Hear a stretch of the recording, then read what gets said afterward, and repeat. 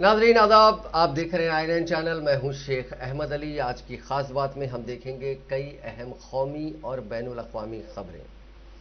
बीजापुर में नक्सली एनकाउंटर के बाद छत्तीसगढ़ के जगदलपुर पहुंचे मरकजी वजीर दाखिला अमित शाह ने कहा है कि जवानों का ये सुप्रीम सेक्रीफाइस, ये अजीम कुर्बानी है। उनकी इस बहादुरी ने इस लड़ाई को फैसला कुन मोड़ पर पहुंचा दिया है। अब हम इसे अंजाम तक लेकर जाएंगे। उन्होंने जवानों को खिराज तहसीन पेश करते हुए कहा कि पूरा मुल्क उन्हें सलाम कर रहा है। सीनियर ऑफिसर्स के साथ मीटिंग के बाद वजीर दाखिला मीडिया से बात कर रहे थे। मरकजी वजीर दाखिला अमित शाह ने कहा कि छत्तीसगढ़ के वजीर आला भूपेश बघेल और अफसरों के साथ मीटिंग की है। सभी तजवीज़ों पर कार्रवाई जारी है। कहा कि कैंप खुलने के बाद नक्सली बौखलाए हुए हैं। जहां मुठभेड़ हुई वो इस बात को साबित करती है कि हम नक्सलियों के इलाके में बहुत अंदर तक पहुंच चुके हैं। फिलहाल मीटिंग में तय बातों के बारे में बताने से वजीर दाखिला ने इनकार कर दिया। वजीर दाखिला जगदलपुर में जवानों को खिराज तहसीन देने और अफसरों के साथ इजलास के बाद बीजापुर में बासागुड़ा में वाक़ सीआरपीएफ के कैंप पहुंचे। इस दौरान अमित शाह ने जवानों से बातचीत की और उनका हौसला बढ़ाया। उन्होंने कहा कि जवानों की शहादत बेकार नहीं जाएगी, पूरा मुल्क और हुकूमत उनके साथ खड़ी है। इस दौरान 2 मिनट की खामोशी भी मनाई गई। बीजापुर से अमित शाह जगदलपुर के लिए निकल गए। वहां से वो रायपुर पहुंचे, जहां अलग अलग 4 अस्पतालों में भर्ती जख्मी जवानों से उन्होंने मुलाकात की।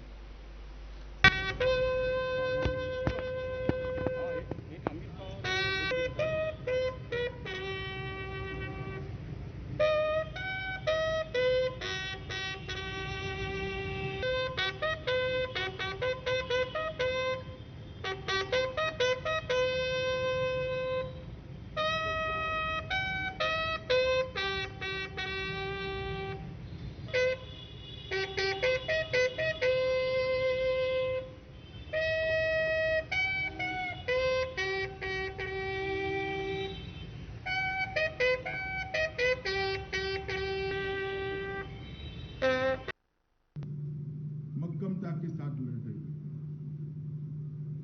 देश के प्रधानमंत्री मोदी जी ने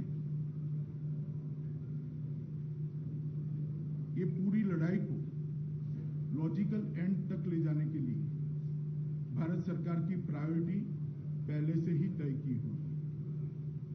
मैं आज छत्तीसगढ़ और भारत की जनता को विश्वास दिलाना चाहता हूं,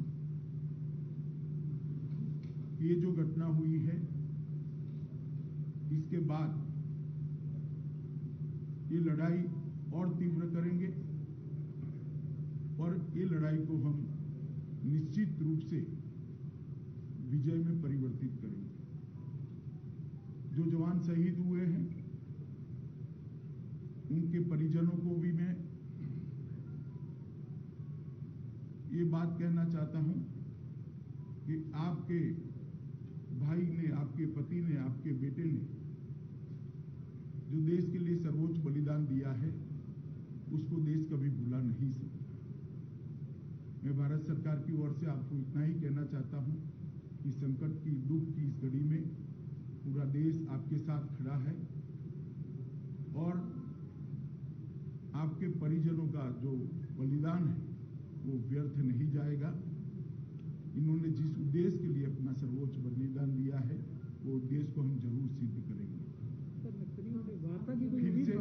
फिर से एक बार मैं शहीद हुए जवानों को श्रद्धांजलि देना चाहता हूं और उनका सर्वोच्च बलिदान जो है वो व्यर्थ नहीं जाएगा, इसके लिए मैं देश को विश्वास दिलाता हूं।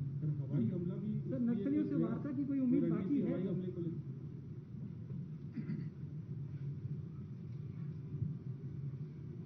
अभी जैसे गृह मंत्री जी ने आप सबसे चर्चा की और मैं भी जो शहीद हुए जवानों को नमन करता हूं, उनके सर्वोच्च बलिदान को प्रणाम करता हूं, साथ ही उसके परिजनों के प्रति संवेदना व्यक्त करता हूं।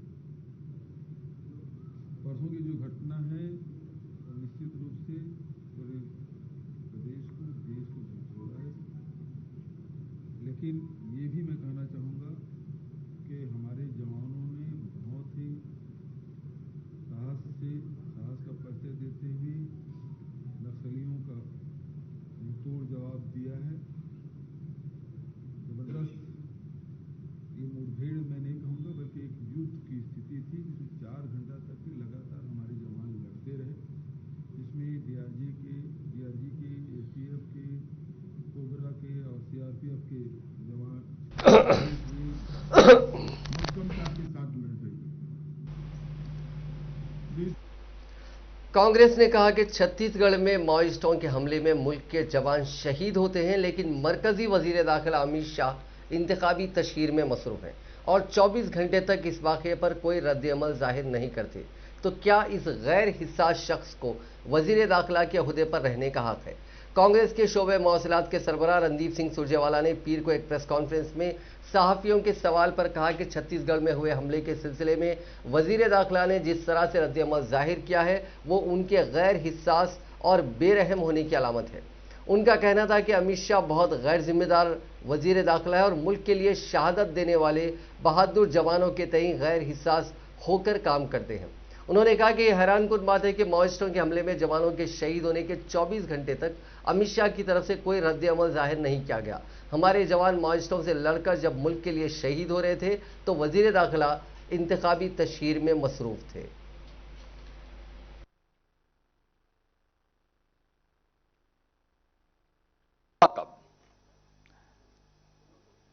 ये सबको मालूम है कि 3 अप्रैल को, 2 दिन पहले 3 अप्रैल को लगभग 11:30 बजे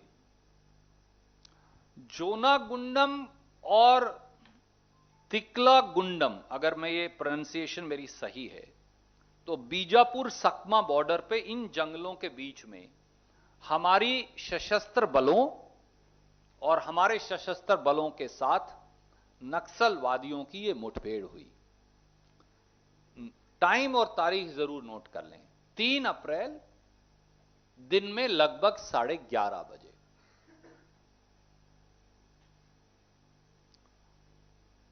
देश के गृह मंत्री ने 24 घंटे तक तो रिस्पॉन्ड नहीं किया अमित शाह जी ने। मुझे मालूम है वो होली काऊ हैं, उनके बारे में कुछ कहना उचित नहीं है। अगर आप ये देखें, 3 अप्रैल को जब ये हमले हो रहे थे और हमारे जवान वीर गति को प्राप्त हुए थे तो देश के गृह मंत्री ये कर रहे थे। ये उनका ट्विटर अकाउंट है, मैं नहीं बनाकर लाया। जब हमारे सशस्त्र बल और सिपाही नक्सलवादियों से लड़कर वीर गति को प्राप्त हुए थे तो देश के गृह मंत्री ये कर रहे थे। ये देखिए, वो रोड शो कर रहे थे 1000 लाइट्स असेंबली तमिलनाडु में जब ये वाकया हो रहा था। देश का गृह मंत्री क्या इतना अपने कर्तव्य के प्रति लापरवाह या विमुख हो सकता है? कोई और गृह मंत्री होता ना तो आप लोग उसका इस्तीफा मांग लेते अब तक, और हो जाता। एक गृह मंत्री ने जो मौके पे मौजूद थे बंबई हमलों के वक्त, केवल एक बार उन्होंने केवल कपड़े बदल लिए थे, कुछ खास बात नहीं। कई बार कपड़े मैले हो जाते हैं, आदमी बदल लेता है। केवल इस बात पर इस देश के पत्रकारों ने उनका इस्तीफा मांग लिया। बीजापुर के तर्रे में 3 अप्रैल को नक्सलियों के साथ हुई मुठभेड़ में लापता जवान का पता चल गया है। नक्सलियों ने ही मीडिया को व्हाट्सएप कॉल पर जवान के बारे में जानकारी दी। उन्होंने कहा कि जवान उनके पास है लेकिन उसे किसी तरह का नुकसान नहीं पहुंचाया जाएगा, वो महफूज है। कोबरा बटालियन के जवान का नाम राकेश्वर सिंह मनहास है, वो जम्मू कश्मीर का रहने वाला है। बीजापुर एसपी कमल लोचन ने इस जवान की लोकेशन नहीं मिलने की बात कही थी। नक्सलियों से मुठभेड़ के दौरान 23 जवान शहीद हुए थे, इनमें से 20 की लाशें मिल पाई थी। एयरफोर्स की मदद से 20 जवानों की लाशें रिकवर किए गए थे। एक जवान लापता था। कोबरा कमांडो राकेश्वर की बीवी मीनू का कहना है कि छत्तीसगढ़ हुकूमत नक्सलियों की जो भी डिमांड है उसे पूरा करे और उनके शोहर को रिहा कराए। उन्होंने कहा कि वजीर आजम नरेंद्र मोदी ने जिस तरह पाकिस्तान से अभिनंदन को छुड़ाया था उसी तरह उसके शोहर को भी नक्सलियों के कब्जे से छुड़ा कर लाए। मीनू के मुताबिक सीआरपीएफ कंट्रोल रूम फोन करने पर भी सही जानकारी नहीं मिल रही है। वसूली के इल्जाम में घिरे महाराष्ट्र के वजीर दाखिला अनिल देशमुख ने आखिरकार पीर के रोज अपने ओहदे से इस्तीफा दे दिया। उनकी जगह दिलीप वलसे पाटिल को वजारत दाखिला की जिम्मेदारी सौंपी जा रही है। देशमुख ने अपना इस्तीफा वजीर आला उद्धव ठाकरे को भेजा, फिर उद्धव से उनके घर जाकर मुलाकात भी की।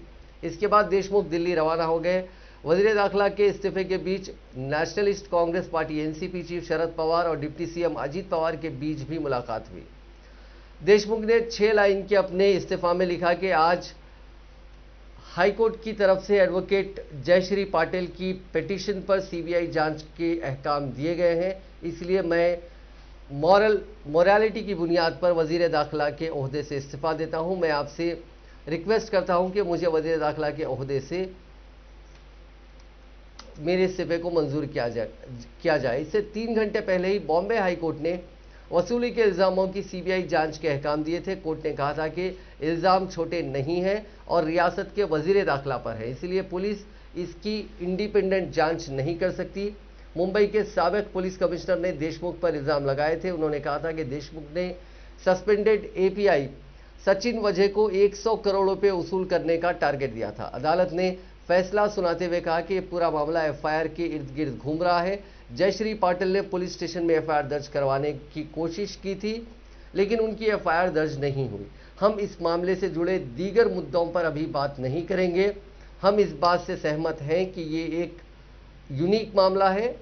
अनिल देशमुख पुलिस डिपार्टमेंट को लीड करने वाले वजीर दाखिला हैं। इस मामले में एक इंडिपेंडेंट जांच होनी चाहिए, इसलिए सीबीआई फिलहाल बिना एफआईआर दर्ज किए इस मामले की जांच करे और 15 दिन में अपनी प्राइमरी जो रिपोर्ट है वो पेश करे।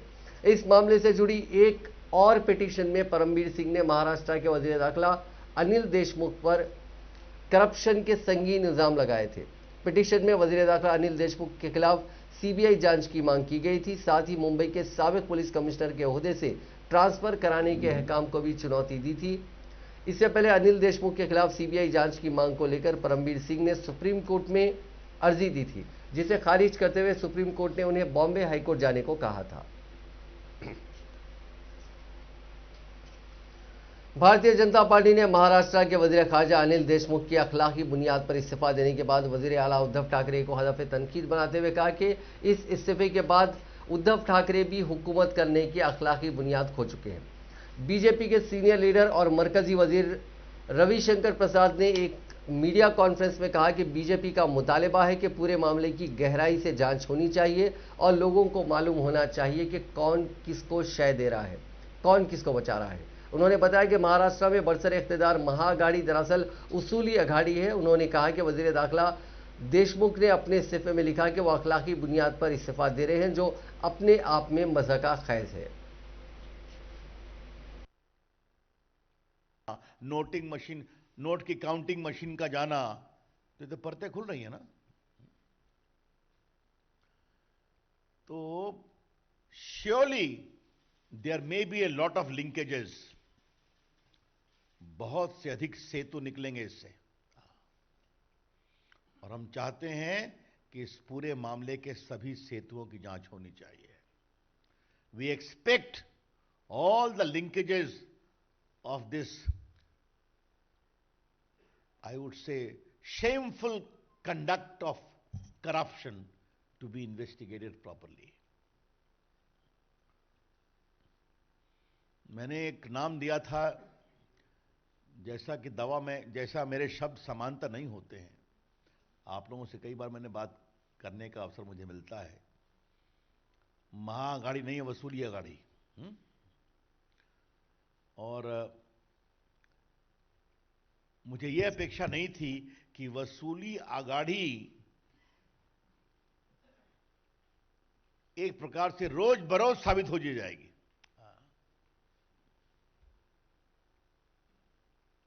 तो इसलिए हम एक बात फिर कहेंगे कि हमारे, कहां है चिट्ठी भाई, उनकी लाओ तो। बड़ा अच्छा लगा, ये अनिल देशमुख का इस्तीफा है।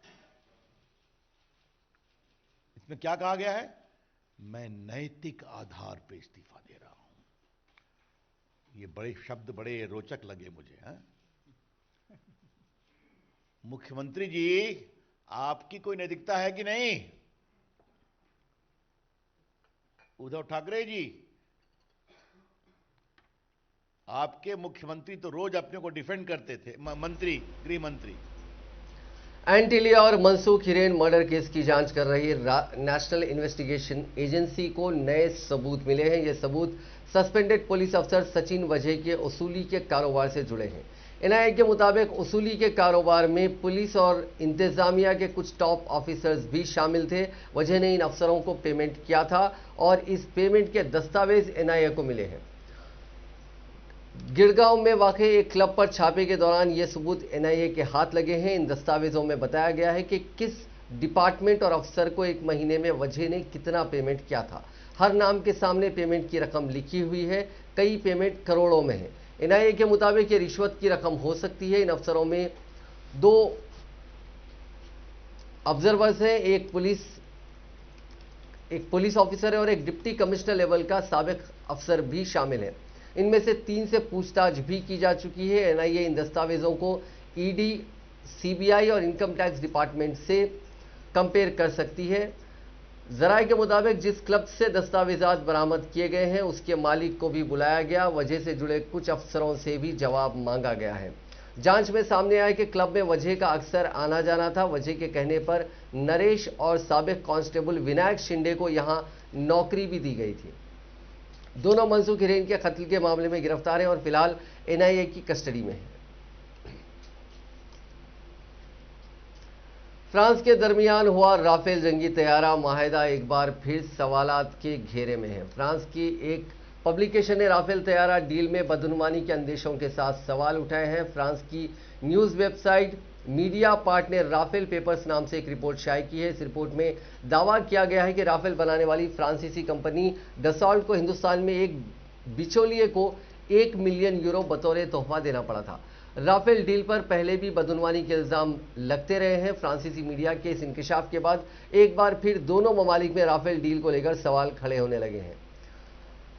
एक मकामी न्यूज पोर्टल ने फ्रांस की न्यूज वेबसाइट मीडिया पार्ट के हवाले से एक रिपोर्ट में दावा किया है कि 2016 में जब हिंदुस्तान फ्रांस के दरमियान राफेल जंगी तैयारे को लेकर माहिदा हुआ, उसके बाद डसॉल्ट को हिंदुस्तान में एक बिचौलिए को बतौर तोहफा 1 मिलियन यूरो देने पड़े थे। रिपोर्ट में कहा गया कि साल 2017 में डसॉल्ट ग्रुप के अकाउंट से 5,08,925 यूरो गिफ्ट टू क्लाइंट्स के तौर पर मुंतकिल हुए थे। दरअसल फ्रांस की एंटी करप्शन एजेंसी एएफए ने डसॉल्ट के अकाउंट्स का ऑडिट किया था, जिसमें इस बात का इंकशाफ हुआ। मीडिया पार्ट की रिपोर्ट के मुताबिक ये इंकशाफ होने पर डसॉल्ट ने सफाई में कहा था कि उन पैसों का इस्तेमाल राफेल जंगी तैयारे के 50 बड़े मॉडल बनाने में हुआ था, लेकिन ऐसे कोई मॉडल बने ही नहीं थे। इस रिपोर्ट में दावा किया गया था कि ऑडिट में यह बात सामने आने के बाद भी एजेंसी ने कोई एक्शन नहीं लिया, जो फ्रांस के सियासी कायदीन और जस्टिस सिस्टम की मिलीभगत को भी दिखाता है। दरअसल फ्रांस में 2016 में एक एजेंसी पारक्विट नेशनल फाइनेंसर पीएनएफ ने इस डील में गड़बड़ी की बात कही थी, तभी ऑडिट करवाया गया था और ये बात सामने आई थी। रिपोर्ट के मुताबिक ऑडिट में लगे इल्जामात का डसॉल्ट ग्रुप के पास कोई जवाब नहीं था और उसने ऑडिट एजेंसी के जवाब नहीं दिए। साथ ही डसॉल्ट ये नहीं बता सका कि आखिर उसने ये गिफ्ट की रकम किससे और क्यों दी थी। इस खबर के मुताबिक जिस हिंदुस्तानी कंपनी का नाम इस रिपोर्ट में लिया गया है उसका पहले भी तनाजात से रिश्ता रहा। रिपोर्ट के मुताबिक कंपनी का मालिक पहले अगस्ता वेस्टलैंड घोटाले के केस में जेल जा चुका है। राफेल डील में बदनुमानी से मुतालिक रिपोर्ट सामने आने के बाद कांग्रेस ने मोदी हुकूमत पर जोरदार हमला किया। कांग्रेस तर्जुमान रणदीप सिंह सुरजेवाला ने पूछा कि 60,000 करोड़ रुपए की राफेल डील में 1.1 मिलियन यूरो का तोहफा किसे दिया गया। सुरजेवाला ने कहा कि इस पूरे लेन देन को गिफ्ट टू क्लाइंट्स का नाम दिया गया। अगर ये मॉडल बनाने के पैसे थे तो इसे गिफ्ट टू क्लास क्यों कहा गया? क्या ये छुपे हुए ट्रांजैक्शन का हिस्सा था? ये पैसे जिस कंपनी को दिए गए वो मॉडल बनाती ही नहीं है।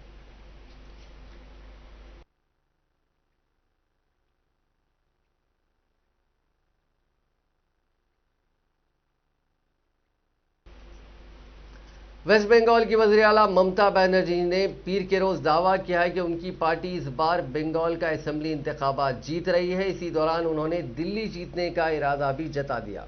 रियासत में तीसरी बार सत्ता हासिल करने के लिए बीजेपी से मुकाबला कर रही ममता ने वजीर आजम नरेंद्र मोदी और वजीर दाखिला अमित शाह को निशाने पर रखते हुए कहा कि बंगाल में यहीं के लोगों की हुक्मरानी होगी। खुद को रॉयल बंगाल टाइगर बताते हुए टीएमसी चीफ ने कहा कि बंगाल में किसी गुजरात वाले का राज नहीं होगा।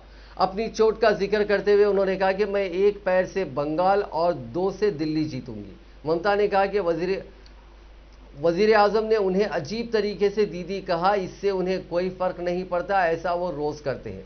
ममता 10 मार्च को इंतखाबी मुहिम के दौरान नंदीग्राम में जख्मी हुई थी। उन्होंने इसके लिए बीजेपी हामियों को जिम्मेदार ठहराया था। ममता का कहना था कि उन्हें इंतखाबात में मुहिम चलाने से रोकने के लिए उन पर हमला किया गया। हालांकि बाद में इलेक्शन कमीशन ने कहा था कि ये एक हादसा था, ना कि हमला।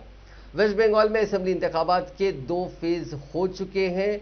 मंगल के रोज वहां तीसरे फेज की वोटिंग होनी है। ये इंतखाबात टीएमसी और बीजेपी दोनों के लिए करो या मरो वाले हैं। छत्तीसगढ़ में हफ्ते को हुए नक्सली हमले के लिए ममता ने मरकजी हुकूमत पर शदीद तनकीद की। इस हमले में 24 जवान शहीद हो गए थे। ममता ने कहा कि मुल्क को ठीक से चलाने के बजाय बीजेपी का पूरा ध्यान बंगाल इंतखाबात पर है, इसीलिए वो पूरे मुल्क से अपने कायदीन को बंगाल में मुहिम चलाने के लिए ला रहे हैं। ये कायदीन इंतखाबात में जीत के लिए रियासत में डेरा डाले हुए हैं। তার কারণ বাংলা থেকে মনে রাখবেন বিজেপিকে তাড়াতে হবে। বিজেপিকে তাড়ালে সমূহ বিপদ। আমি হিন্দু মা ভাই বোনেদের বলবো, মনে করবেন বিজেপি হিন্দুদের পার্টিও নয়, মুসলমানদের ঘৃণা করে তাই বলে হিন্দুদের প্রিয়তা নয়। তারা হিন্দু ধর্মের কিছু জানে না, বাংলার কিছু জানে না, সংস্কৃতির কিছু জানে না, সভ্যতার কিছু জানে না। আমরা বলি হরে কৃষ্ণ হরে হরে, তৃণমূল ঘরে ঘরে। আমরা বলি হরে কৃষ্ণ হরি হরি, আসুন সবার ভালো করি। আর বিজেপি হচ্ছে ছদ্মবেশী শয়তান। সামনে একটা গেরুয়া পড়বে, সব গেরুয়া খারাপ নয়। আমি সাধু সন্ন্যাসীদের কথা বলছি না, বিজেপির ছদ্মবেশীদের কথা বলছি। আর লোকের কাছে গিয়ে বলবে হরে কৃষ্ণ হরি হরি, আসো সবাই দাঙ্গা করি। হরে কৃষ্ণ হরি হরি, সকলের পকেট লুটপাট করি। अब बात कोरोना वायरस की। दुनिया भर में कोरोना के मामले तेजी से बढ़ रहे हैं। पिछले 24 घंटों में दुनिया में 5,26,450 लोगों की कोरोना रिपोर्ट पॉजिटिव आई है। इस दौरान 6,490 लोगों की मौत भी हुई। रोजाना के सबसे ज्यादा केसेस हिंदुस्तान में मिल रहे हैं। इतवार के रोज हिंदुस्तान में रिकॉर्ड 1,03,000 केसेस आए थे।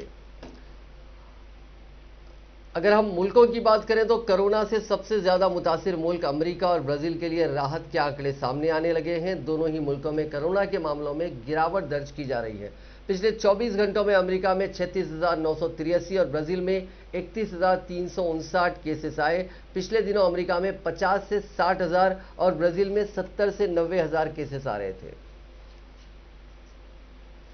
हिंदुस्तान में कोरोना की दूसरी लहर खतरनाक होती जा रही है। बीते एक दिन यानी पिछले 24 घंटों में 1 लाख से ज्यादा नए मुतासिर मिलने के बाद मुल्क में एक्टिव केसेस यानी इलाज करा रहे मरीजों की तादाद 7 लाख के पार पहुंच गई है। पिछले 24 घंटों में एक्टिव केसेस में रिकॉर्ड 50,438 की बढ़ोतरी हुई। मुल्क में फिलहाल 7,37,870 कोरोना के मरीजों का इलाज चल रहा है। यह आंकड़ा एक महीने पहले 4 मार्च के एक्टिव केसेस के आंकड़े से 4 गुना से भी ज्यादा है। 4 मार्च को मुल्क में 1,73,374 एक्टिव केसेस थे। पिछले एक महीने में मुल्क में 7,548 लोगों की जान भी गई है। रियासतों में कोरोना की हालत को देखते हुए वजीर आजम मोदी ने 8 अप्रैल को शाम 6:30 बजे वज़राए आला के साथ इजलास करने का फैसला किया है। इस दौरान कोरोना मुतासरीन या कोरोना का जो पूरा मामला है इसको लेकर रिव्यू किया जाएगा। इससे पहले उन्होंने इतवार के रोज हाई लेवल मीटिंग की थी। इसमें उन्होंने कहा था कि कोरोना पर काबू पाने के लिए लोगों में अवेयरनेस और उनकी भागीदारी जरूरी है।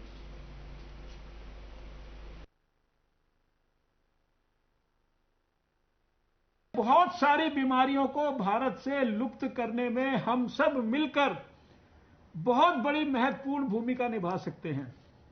और इसलिए आज के इस अवसर पर मैं आप सबको एक तरफ बधाई भी देना चाहता हूं और एक तरफ सारे स्वास्थ्य मंत्रियों को यह भी निवेदन करना चाहता हूं कि प्लेटफॉर्म को विकसित करना, आर्टिफिशियल इंटेलिजेंस और मशीन लर्निंग, और बहुत सारे यूपी के चीफ मिनिस्टर जो हेल्थ मिनिस्टर थे उन्होंने जियो टैगिंग शब्द का प्रयोग किया। बहुत सारे सब चीजें बड़ी खुशी की बात है कि जो साइंस के, मॉडर्न टेक्नोलॉजी के अकम्पलिशमेंट। तेलंगाना में कोविड-19 के 1097 नए मामला दर्ज किए गए हैं, जिसके बाद रियासत में मामलात की तादाद बढ़कर 3,13,237 हो गई है। रियासत में बहैसियत मजमूई अमवात की तादाद बढ़कर 1723 हो गई है, क्योंकि गुज़िश्ता 24 घंटों के दौरान मजीद 6 अमवात हुई हैं। जीएचएमसी के हुदूद में पिछले 24 घंटों में 302 नए मामला दर्ज किए गए हैं। बकिया मामलात रियासत के दीगर अजला में दर्ज किए गए हैं। बॉलीवुड एक्ट्रेस भूमि पेडनेकर और एक्टर विक्की कौशल भी कोरोना की चपेट में आ गए हैं। दोनों ने सोशल मीडिया पर इसकी जानकारी दी। भूमि ने लिखा कि मुझ में कोरोना के हल्के अलामात पाए गए हैं, डॉक्टरों के साथ टच में हूं और सभी एहतियात बरत रही हूं। जो भी लोग मेरे कांटेक्ट में आए हैं वो अपना कोरोना टेस्ट जरूर करा लें। दोनों ही एक्टर्स फिलहाल होम क्वारंटाइन में है। उधर अक्षय कुमार की अपकमिंग फिल्म राम सेतु के 45 जूनियर आर्टिस्ट भी कोरोना पॉजिटिव पाए गए हैं। सभी फिलहाल क्वारंटाइन में हैं। जानकारी के मुताबिक पीर से 100 लोग राम सेतु के सेट पर अपना काम शुरू करने वाले थे। ये सभी मड आइलैंड में फिल्म के सेट को ज्वाइन करने वाले थे, लेकिन इससे पहले कोरोना टेस्ट रिपोर्ट में 45 जूनियर आर्टिस्ट कोरोना पॉजिटिव निकले। इसके बाद फिल्म की शूटिंग फिलहाल रोक दी गई। अपकमिंग फिल्म थलाईवी की रिलीज का इंतजार कर रही कंगना रनावत पीर के रोज मुंबई के एक डबिंग स्टूडियो के बाहर नजर आई। इस मोमेंट का उनका एक वीडियो सोशल मीडिया पर आया है। इसमें वो कार से बिना मास्क उतरकर पेपराजी को, यानी न्यूज़पेपर के जो रिपोर्टर्स होते हैं, फोटोग्राफर्स होते हैं, उनको पोज देती है और अंदर चली जाती है। हालांकि इसकी वजह से सोशल मीडिया यूजर्स उनके लिए नसीहत भरे कमेंट्स कर रहे हैं। एक सोशल मीडिया यूजर ने वीडियो पर कमेंट करते हुए लिखा, क्या दिमाग के साथ उसने अपना मास्क भी खो दिया है। एक यूजर का कमेंट है कि मास्क ना पहनने के लिए उस पर फाइन लगाइए, क्या वो दूसरे शहरियों से अलग है। उत्तराखंड के जंगलों में आग बेकाबू हो गई है। ये पिछले 24 घंटों में 45 नए जंगलों में भड़कने लगी है। इसकी चपेट में आकर 63 हेक्टेयर जंगल जलकर खाक हो गए हैं। इससे निपटने के लिए वजीर आला तीरथ सिंह रावत ने मरकज से मदद मांगी है। मामले की संजीदगी को देखते हुए मरकज ने 2 हेलीकॉप्टर्स और एनडीआरएफ के जवानों को उत्तराखंड भेज दिया है। दरअसल कॉबर्ट नेशनल पार्क में जंगल में भी अब आग का खतरा बढ़ गया है। हफ्ते की रात तक रामनगर फॉरेस्ट एरिया के मुहान के पास जंगल में आग लगी थी। इससे तराई वेस्ट फॉरेस्ट एरिया से सावलदे, हल्द्वा और काशीपुर रेंज के जंगल जल गए। ये इलाके कॉबर्ट पार्क से जुड़े हुए हैं। उत्तराखंड के वजीर हरक सिंह रावत ने बताया कि रियासत में 964 जगहों पर आग लगी हुई है। मौसम ने हालात को और ज्यादा चैलेंजिंग बना दिया है। वजीर आला तीरथ सिंह रावत और वो इस मामले पर पूरी तरह नजर बनाए हुए हैं।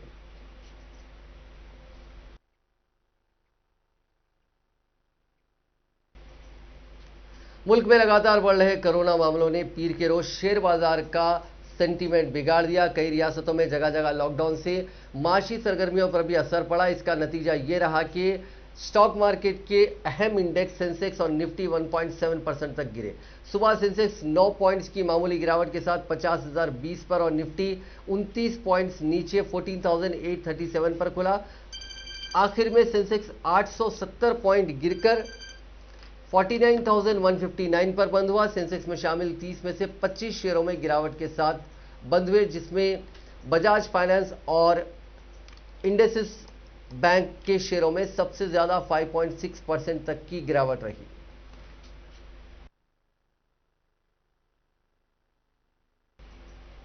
इंडोनेशिया में गुज़िश्ता 2 दिनों से जारी तूफानी बारिशों, सैलाब और लैंडस्लाइडिंग से अब तक 50 अफराद हलाक और मुतअद्दिद जख्मी हुए हैं। आलमी मीडिया से मिलने वाली रिपोर्टों के मुताबिक इंडोनेशिया के मशरकी सूबे में मुसलसिल होने वाली तूफानी बारिशों ने सैलाब की शक्ल इख्तियार कर ली है, जबकि लैंडस्लाइडिंग की वजह से सैलाबी रेले में मिट्टी शामिल हो गई और इस कीचड़ के सैलाबी रेले ने हर तरफ तबाही मचा दी। रेस्क्यू टीमों ने इमदादी कामों का आगाज कर दिया। अब तक बारिश, लैंडस्लाइडिंग और सैलाब से हलाकतों की तादाद 50 हो गई है।